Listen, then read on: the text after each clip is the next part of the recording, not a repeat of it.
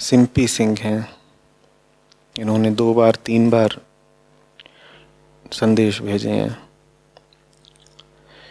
कह रही हैं कि जिस माहौल में, जिस परिवार में हूँ वहाँ पर सब बड़ा अस्त व्यस्त रहता है, उथल पुथल मची रहती है, शोरगुल, लड़ाई झगड़ा, ये सब बहुत चलता रहता है। पर मैं पढ़ना चाहती हूँ, शायद किसी प्रवेश परीक्षा की तैयारी कर रही हैं। कह रही मैं पढ़ना चाहती हूँ पर माहौल ऐसा है कि वो मुझे बार बार डिस्टर्ब कर देता है। तो मन कैसे लगाऊं पढ़ाई में।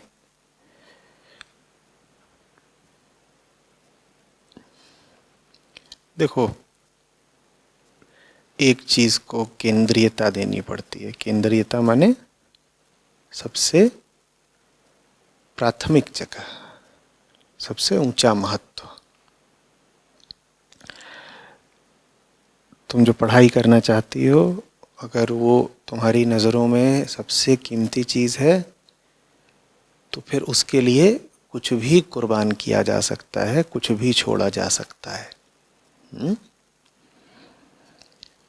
अपने आप को साफ बता दो कि तुम्हारी कोई जिम्मेदारी नहीं है ऐसे मौक़ों पर, ऐसे समयों पर मौजूद रहने की जहाँ तुम्हारे मन को मलिन किया जा रहा हो, मन में नाहक हलचल और विक्षेप पैदा किए जा रहे हो। कोई तुम्हारा कर्तव्य नहीं है कि तुम्हें वहाँ मौजूद रहना ही रहना है। लेकिन छात्रा हो, व्यवहारिक दिक्कत भी समझता हूँ, शायद पूरे तरीके से उस माहौल से उस समय पे दूर ना हो पाओ। तो फिर दूसरा सूत्र ये है कि जितना ज़्यादा बाहर शोरगुल बढ़े उतना ज़्यादा तुम अपने भीतर याद करने लग जाओ कि तुम्हें क्या करना है। बढ़ता हुआ शोरगुल तुम्हारा सहायक बन जाए, वो तुम्हें और ज़्यादा याद दिला दे जाए कि बाहर जो चल रहा है तुम्हें उस तरह के माहौल में आगे भी नहीं रहे आना है। और अगर तुम्हें उस तरह के माहौल में आगे भी नहीं रहे आना है तो फिलहाल तुम उस शोरगुल में प्रतिभागी बिल्कुल नहीं हो सकती। बात समझ में आ रही? 2 बातें कह रहा हूँ। पहला, जितना संभव हो सके जहाँ देखो कि इस तरह का कोई मौका अब तैयार हो रहा है जिसमें तनाव होगा, बहसा बहसी होगी, शोरगुल, लड़ाई झगड़ा, तुम थोड़ा उससे खुद ही दूर हो जाओ, कुछ युक्ति लगा लो, कोई बहाना लगा लो। और जब दूर ना हो पाओ, मान लो फंस ही गए, आसपास ये सब चल ही रहा है, तो बाहर जितनी ऊंची हो आवाज़, तुम्हारे भीतर भी आवाज़ उतनी ही ऊंची हो जानी चाहिए। बाहर की गंदगी तुम्हें और ज़्यादा मजबूती से, ज़ोर से एहसास दिला दे, याद दिला दे कि यही तो वो चीज़ है जिससे हटना है मुझे तो पढ़ाई करनी है। मैं पढ़ाई कर ही इसीलिए रही हूँ ताकि ज़िंदगी भर ऐसे माहौल में ना रहना पड़े। तो फिर ये जो बाहर का शोरगुल है, ये बाधा बनने की जगह हो सकता है कि तुम्हारा सहयोगी बन जाए। सहयोगी नहीं भी बनेगा तो कम से कम जो बाहर की उठापटक भीतर प्रवेश कर जाती है और भीतर हलचल मचा देती है, भीतर हलचल नहीं मचेगी या कम मचेगी।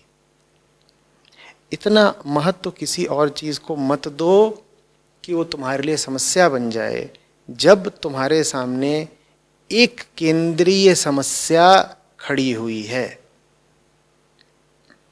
यही जीवन जीने की विधि है। एक केंद्रीय समस्या पकड़ो ना।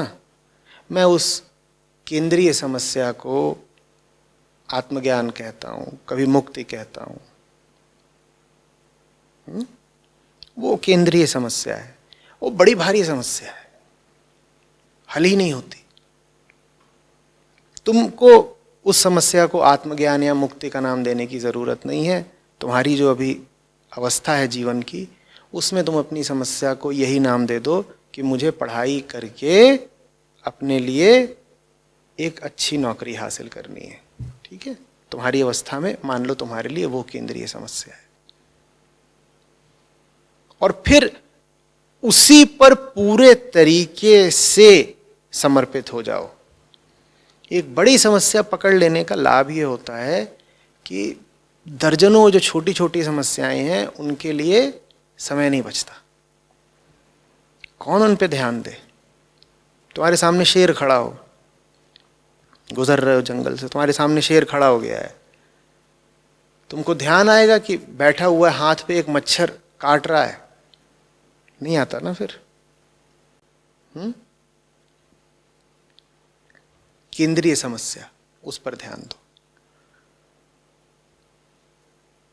गए हो डॉक्टर के पास, सर दर्द होता है, और डॉक्टर ने कहा अरे सर दर्द होता है, कुछ स्कैनिंग वगैरह करानी पड़ेगी, कहीं कैंसर तो नहीं हो गया? उसने अभी ये कहा भी नहीं है कि कैंसर हो गया है, बस उसने ये कह दिया कि थोड़े टेस्ट करा लीजिए, कहीं कैंसर तो नहीं हो गया, इतना सर दर्द होता है। सर दर्द भूल जाओगे, एकदम सर दर्द गायब हो जाएगा, और जितना ध्यान दोगे उतना ही लगेगा कि कहीं ये है कहीं वो है। चाहो तो एक प्रयोग करके देख लो, जो भी लोग सुन रहे हो अभी, अपने शरीर के किसी भी हिस्से पे ध्यान देने लग जाओ, तुम्हें वहाँ कुछ अजब गजब अनुभव होने लगेगा कि यहाँ भी कुछ गड़बड़ी है। चाहो तो अपनी नाक पे ध्यान दे लो, थोड़ी देर में वहाँ सरसराहट होने लगेगी, खुजली जैसी। कान पे ध्यान दे लो, लगेगा कुछ है। कुछ कर लो, पेट के भीतर ध्यान दे लो, पाँव पे ध्यान दे लो। जो ही चीज़ तुम अपने लिए महत्वपूर्ण बना लोगे और उसे महत्वपूर्ण होना नहीं चाहिए, वो तुम्हारे लिए व्यर्थ की आफत बन जाएगी। ये बात समझ रहे हो? जो चीज़ महत्वपूर्ण होने जितनी हैसियत नहीं रखती और तुमने उसको महत्वपूर्ण बना लिया, वो तुम्हारी ज़िंदगी की आफत बनेगी, सर पे चढ़ के बैठेगी, तुम्हें परेशान कर देगी। और इस चक्कर में तुम उस चीज़ को भुला बैठोगे जो महत्वपूर्ण होने की हैसियत रखती है। बात समझ में आ रही है? जो चीज़ वाकई महत्वपूर्ण है उसमें जोर लगाओ तो जिंदगी बन जाती है, और जो चीज़ महत्वपूर्ण नहीं है उसको महत्व दे दो और उसमें जोर लगाने लगो तो जिंदगी तबाह हो जाती है। तो खेल मूल्य का है, सही चीज़ को सही मूल्य देना सीखो। जो चीज़ बहुत हैसियत की है नहीं, उसको बहुत मूल्य का समझ के उसी पे ध्यान दिए जा रहे हो, उसी में तरक्की करने की कोशिश कर रहे हो, उसी को और बेहतर बनाने की कोशिश कर रहे हो, तो क्या पाओगे?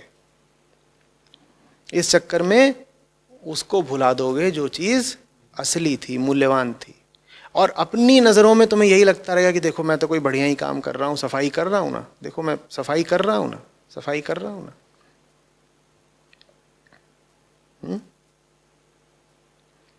वो 1 2 3 4 5 6 वाला उदाहरण याद है? एक संख्या लिखी हुई है 1 2 3 4 5 6, 1,23,456 ये संख्या है। 1 2 3 4 5 6, 1,23,456। अब अगर तुम जरा होशियार नहीं हो, पारखी नहीं हो, तो इसमें तुम्हें सबसे बड़ा आंकड़ा कौन सा दिखाई दे रहा है? 6। तुम कहोगे मैं इसी पे मेहनत करता हूँ, इसको आगे बढ़ाता हूँ, सबसे महत्वपूर्ण तो यही है, ये 6 है, ये सबसे बड़ी हैसियत का है, मैं इसी को आगे बढ़ाता हूँ। और तुमने बहुत जान लगाई है, तुमने 6 को बढ़ा के 9 कर दिया। गजब, क्या तरक्की करी है तुमने? 6 को बढ़ा के 9 कर दिया, 6 7 8 9 पहुंचा दिया। और एक दूसरा आदमी है जिसने 1 को बढ़ा के 2 कर दिया। हम में से ज़्यादातर लोगों को पता ही नहीं होता कि हम किस जगह पे मेहनत कर रहे हैं। जिस चीज़ में अपनी ऊर्जा लगा रहे हो उसकी कुछ हैसियत भी है, कुछ प्लेस वैल्यू है उसकी, लगे रहते हैं। और अपनी नज़रों में फिर हम बहुत बुलंद रहते हैं, हमें बड़ा गर्व रहता है, बड़ा अहंकार रहता है कि हम तो करते हैं, हम सही करते हैं, हमने ये किया, हमने वो किया। अरे तूने जो भी किया अपनी नज़र में किया, कुल मिला जुला के उसका मूल्य कुछ नहीं था। तू अपनी ओर से करता रहा, पर अंधों की तरह करता रहा, अविवेकी है। करता बहुत कुछ है, लेकिन उसका कोई अंजाम नहीं निकलने का। विवेकहीन श्रम किस काम का है? और दूसरी ओर वो है जिसने पहचाना कि ये जो एक है ना, एक, ये 1 2 3 4 5 6 में सबसे छोटा आंकड़ा है, लेकिन हैसियत इसी की सबसे ज्यादा है। ये दिख रहा है छोटा ऊपर ऊपर से, पर इसी की हैसियत है, काम इसी पे करना है। अध्यात्म इसी कला का नाम है कि ऊपर ऊपर से जो चीज दिख रही है उसके फेर में मत आ जाना। ऊपर ऊपर तो 6 और 7 और 8 ही बड़े बड़े लगते हैं, और थोड़ा उसमें करीब से जा करके अंदर घुस के देखो तो समझ में आता है कि ऊपर ऊपर से जो चीज़ सबसे छोटी लग रही थी, अंदर अंदर पे वही चीज़ लाखों की है। और ऊपर ऊपर जो चीज़ सबसे बड़ी लग रही थी, वास्तव में उसकी हैसियत कुछ नहीं।